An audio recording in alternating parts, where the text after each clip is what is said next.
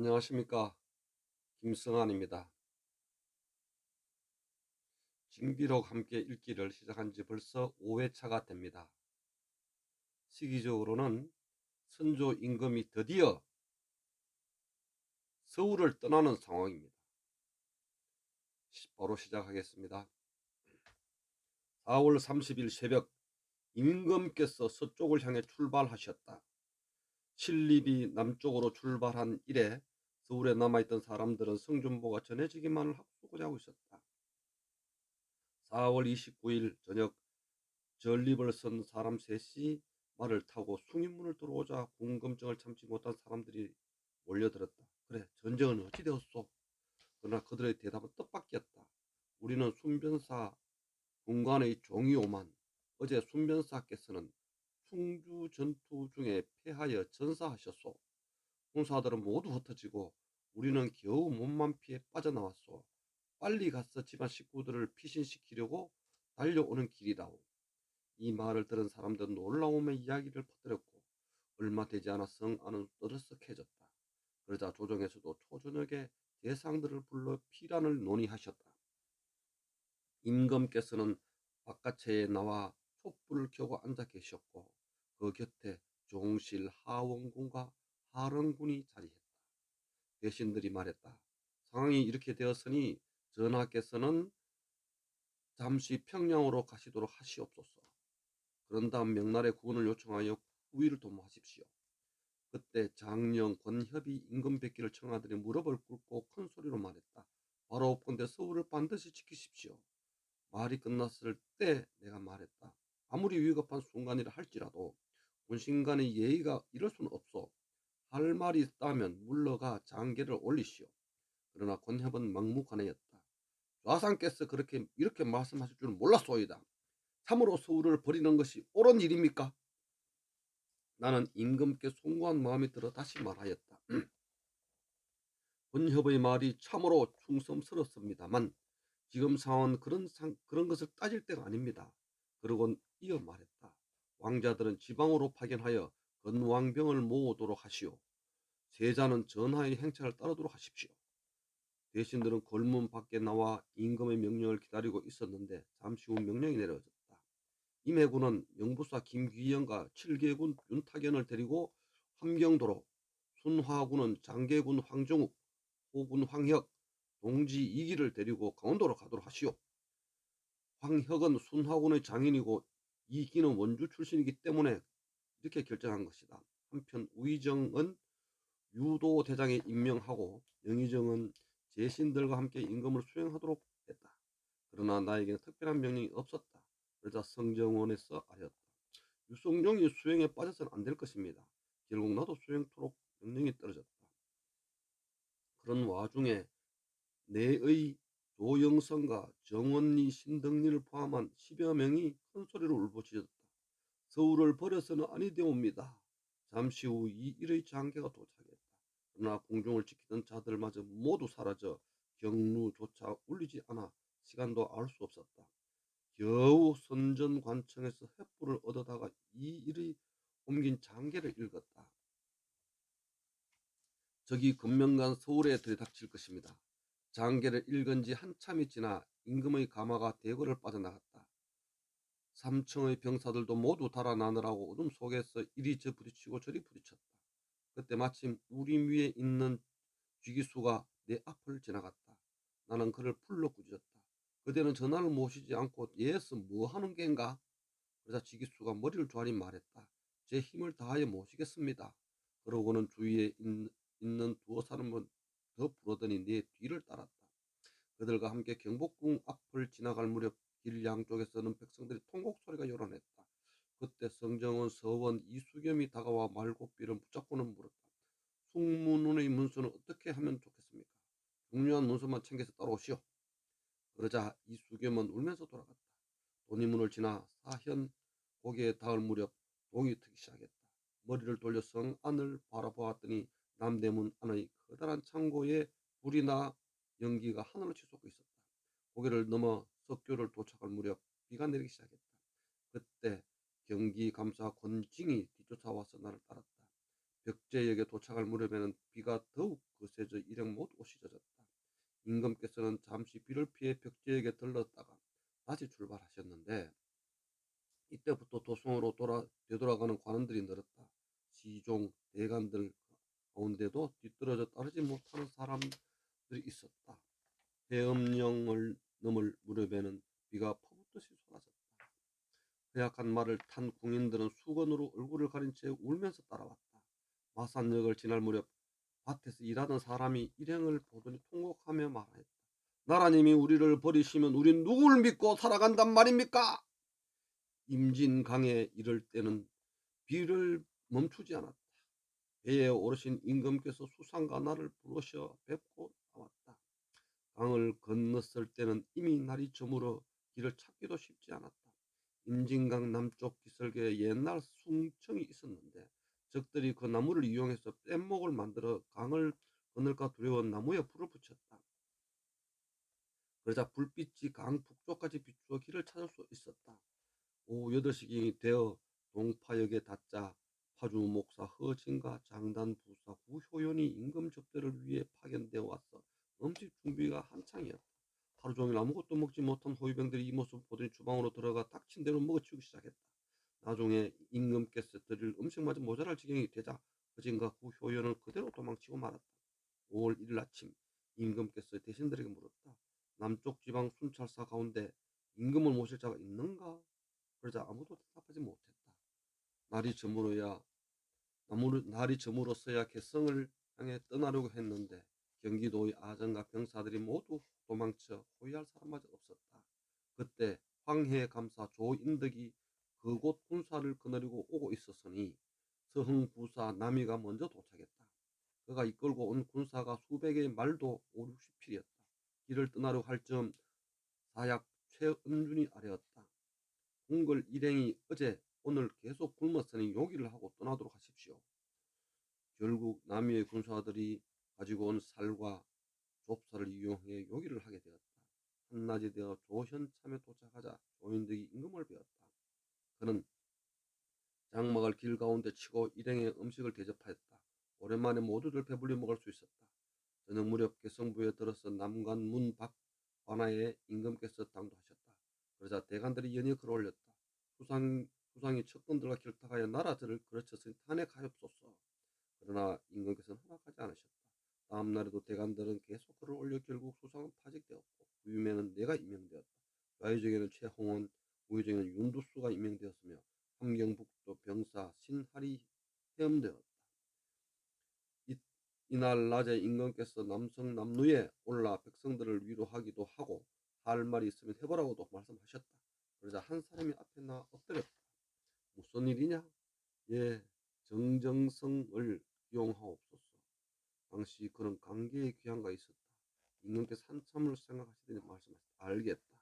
그런 후 즉시 정철을 불러드리도록 명령하셨다. 저녁 무렵 임금께서는 궁으로 돌아오셨다. 그리고 내 죄를 지적하여 파면시키고 유흥을 우의정에 최홍을 영의정에 윤두수를 좌의정에 승진시켰다. 이때까지 적은 서울에 채 입성하지 않았다. 따라서 임금은 피랑길에 오르도록 한 내가 잘못이라는 것이었다. 의논 끝에 성지 신잡을 서울로 보내어 상황을 살피도록 하였다. 그러나 3일 적은 서울에 들이닥쳤다. 유도대장 이양원과 원수 김명원은 이미 달아나 버린 후였다. 처음에 적은 동네로부터 세 갈로로 나누어 올라왔다. 한 갈래는 양산, 밀양, 청도, 대구, 인동, 선산을 거쳐 상주에서 이 일의 부대로 물리쳤다. 또 한 갈래는 장기, 기장을 거쳐 좌도 병령인 울산, 경주, 영천, 신령, 의형, 군위, 비안을 함락시킨 후 용궁과 합풍진 나루를 거쳐 문경으로 온 후 가운데 길로 온 부대와 합세하여 조령을 넘어 충주로 들어갔다. 충주에서 다시 두 갈래로 나누어 진격했는데 한 갈래는 여주를 거쳐 강을 건넌 다음 양건, 용진을 거쳐 서울 동부로 들어왔다. 또 한 갈래는 축산, 용인을 거쳐 한강 남부로 들어온 것이다.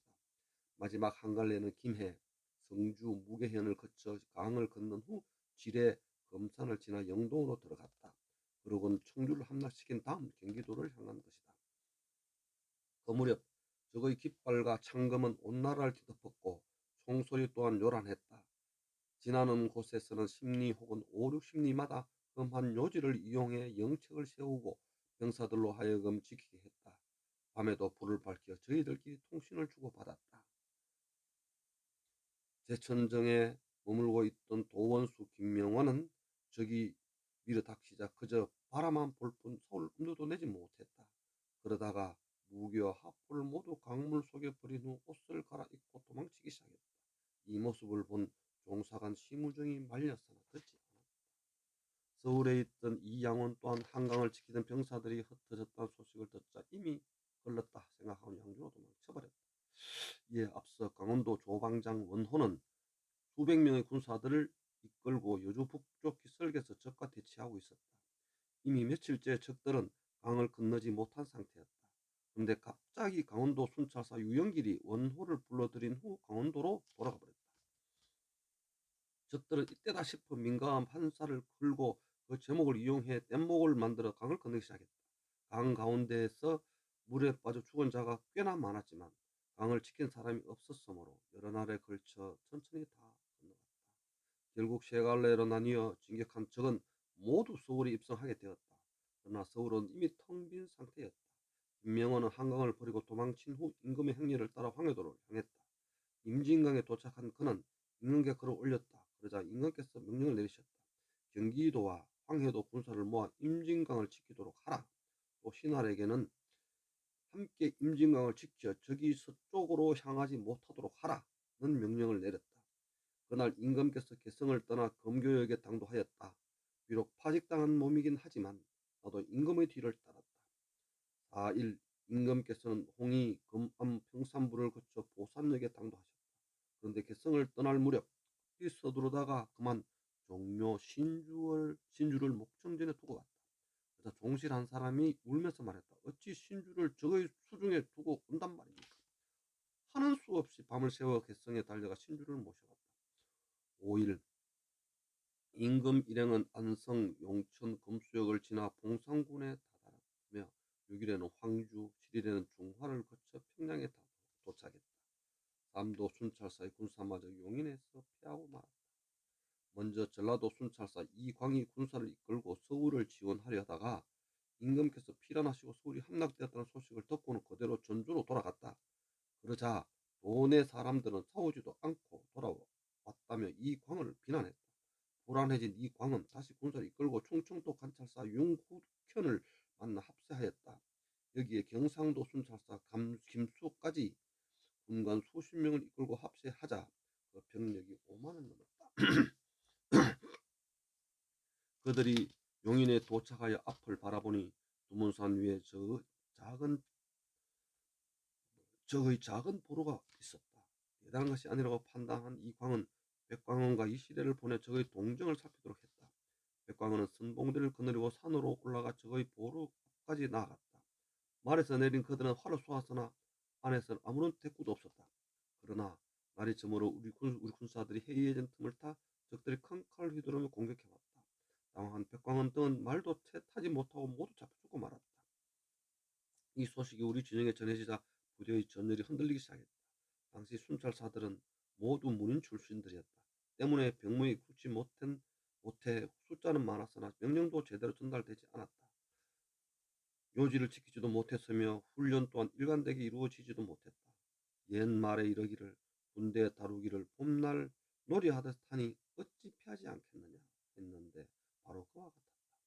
다음날 우리 병사들이 겁에 질려 있음을 확인한 적들은 몇 명씩 짝을 지어 칼을 휘두르며 쳐들어왔다. 수많은 우리 군사들은 그만 도망치게 바빴는데 그 소리가 산을 뒤흔들 지경이었다. 또 병사들이 버리고 간 물자와 무기가 산더미처럼 쌓여 길을 달릴 수 없을 지경이었다. 적들은 이것들을 모두 가져다 불을 질렀다. 결국 이강은 전라도로, 윤국현 공주로, 김수는 경상도로 돌아가고 말았다. 부원수 신각이 양주에서 적을 무찌르고 적병 60명의 머리를 베었다. 그런데도 조정에서는 선정관을 보내 신각을 죽였다. 신각은 김명원의 부장이었다. 그런데 한강 싸움에서 패하자 김명원을 따라가지 않고 이양원을 따라 양주로 들어갔다. 그리고 마침 그곳에 온 함경 우도 병사 이혼과 함께 서울로 들어가 민가를 약탈하는 적을 적대시켰다. 이야말로 외적이 우리나라에 침략한 후 처음으로 승리한 싸움이었으므로 백성들은 감격해 모두 나와 환호했다.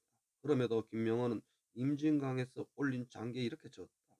신각이 제 멋대로 다른 곳으로 가는 등 명령에 복종하지 않았습니다. 우의정 유홍은 그를 읽은 대로 임금께 보고했다. 결국 조정에서는 신각을 처형하기 위해 선전관을 파견하였는데 마침 그때 신각의 승리 소식이 전해진 것이다. 조정에서는 부랴부랴 사람을 뒤쫓도록 했으나 이미 선전관의 손에 신각이 죽은 후였다. 신각은 비록 무인이었지만 청렴하고 신중한 인물이었다. 예전에 연안 부사로 있을 때 신각은 성을 쌓고 해자를 판 후 무기도 충분히 마련해 놓았다. 후에 이정함이 연안성을 굳게 지키게 되자 사람들은 이야말로 신각의 공이라고 입을 모았다. 그런 인물이 아무 죄도 없이 죽은 것이다. 뿐만 아니라 그에게는 90이 넘은 노모가 계셨으니 이야기를 들은 모든 사람들이 애통했다. 그 후 조정에서는 지사 한응인에게 평안도의 정예병사 3천을 주어 임진강에서 적을 공격하도록 하면서 김명원의 지휘를 받지 말도록 명령했다. 당시 한응인은 명나라 수도에 갔다가 막 돌아온 직후였는데 그를 본 좌상 윤두수는 여기서 함께 말했다. 이 사람 얼굴에 복이 가득하니 잘 처리할 것이야. 드디어 한응인이 임진강을 향해 떠났다. 그러나 한응인과 김명원의 부대는 임진강에서 패퇴하였고 적은 강을 건너고 말았다. 당시 김명원은 임진강 북쪽에서 군사들을 버려 강을 지키도록 하고 강 위에 배는 모두 거두어 북쪽 기슭에 얽매어 두었다. 이렇게 되자 남쪽에 진을 친 외적은 강을 건널 수가 없었다. 10일이 지났으나 적의 선발대 몇 명만이 강을 사이에 두고 공격할 뿐이었다. 그러던 어느 날 적들이 막사를 불태우고 군기는 모두 거두는 것이 아닌가 후퇴하는 모습을 지으며 우리 군사를 유인한 것이었다. 원래 날쌔긴 하나 계책이 부족했던 신할은 경기 감사 권진과 함께 힘을 합쳐 도망가는 적을 쫓으려 강을 건넜다. 김명은 또한 이를 말리지 않았다. 그때 임진강에 도착한 한응인 또한 적을 쫓으려 했다. 당시 한응인이 군사는 강가에서 활동한 강한 병사들로 오랑캐와의 전투에서 통해 싸우고 지인치는 법에는 꽤나 능통한 상태였다. 그들은 한응인에게 청했다. 우리 군사들이 먼 곳에서 오느라고 피로하고 아직 밥도 먹지 못했습니다. 게다가 무기도 채 정비하지 않았고 지원군도 부탁하지 않은 상태입니다. 또 적이 정말 후퇴하는 것인지도 확인할 수 없습니다. 오늘은 일단 쉬고 내일 상황을 보아서 싸우도록 합시다. 그러자 한응인의 병사들이 머뭇거린다고 하여 군사 몇천의 목을 베어버렸다. 김명원의 한응인의 행동이 옳지 못하다고 생각했으나 한응인이 자신의 명령을 받지 않도록 지시받았음을 알았기 때문에 아무 말도 하지 않았다. 그때 별장 유경량이 나서서 말했다. 지금은 군사를 움직이지 않는 편이 낫겠습니다. 유경량은 나이도 많고 전투에도 익숙했기 때문에 이렇게 말한 것이다. 그러자 신할이 그를 뵈려고 하였다. 화가 난 유경량이 소리쳤다. 내 어려서부터 병사로 싸움터를 다녔소. 어찌 죽음을 두려워하겠소. 그렇게 말씀드린 것은 나란 일을 그르칠까 두려워서였소이다. 유경량은 말을 마치자 군사를 이끌고 앞장서 강을 건넜다. 강을 건넌 다 우리 군사들이 적을 뒤쫓다가 험한 곳으로 접어들 때였다. 양쪽에 숨어있던 적병들이 갑자기 기습해 왔다. 당한 우리 군사들은 한 번도 힘써보지 못하고 달아나기 시작했다. 말에서 내린 유공량이 땅에 주저앉으며 탄식했다. 바로 이것이 내 무덤이구나. 활을 빼들은 유공량은 달려오는 적군 몇을 죽인 후 결국 적의 손에 목숨을 잃고 말았다. 신할 또한 죽고 말았다. 한편 달아난 우리 군사들은 강 언덕까지 쫓겨왔으나 건널 방도가 없자 강물에 스스로 몸을 던져 목숨을 끊었는데 그 모습이 마치 바람에 날린 나뭇잎 같았다. 미처 강물에 뛰어들지 못한 병사들은 뒤에서 휘두른 적의 칼을 피하지 못하고 그저 쓰러질 뿐이었다. 강 건너에서 이 모습을 바라보던 김명원과 한응이는 아연질 시작할 뿐이었다. 그때 상상군 박충관이 말머리를 돌려 달아나기 시작했다. 그러자 그를 김명원으로 잘못한 병사들이 외쳤다. 원수가 도망간다. 그 말을 신호로 강을 지키던 병사들마저 모두 도망가기 시작했다. 김명은과 한응이는 임금이 머물고 있는 곳으로 돌아왔다. 그러나 조정에서는 이들을 문책하지도 않았다. 경기 감사 권징 또한 가평으로 피해 들어가자 적들은 아무 방해도 받지 않고 서쪽으로 밀려 들어갔다. 적이 함경도로 들어오면서 두 왕자 또한 적에게 사로잡혔다. 뿐만 아니라 이들을 수행하던 김귀영, 황정욱, 황혁과 함께 함경감사, 유영립, 북병사 한극함 등이 모두 적에게 사로잡혔다. 남병사 이호는 갑산으로 도망쳤다가 백성들 손에 죽었다. 이로써 모든 국토가 적의 수중에 들어가게 되었다. 안타까운 사실입니다.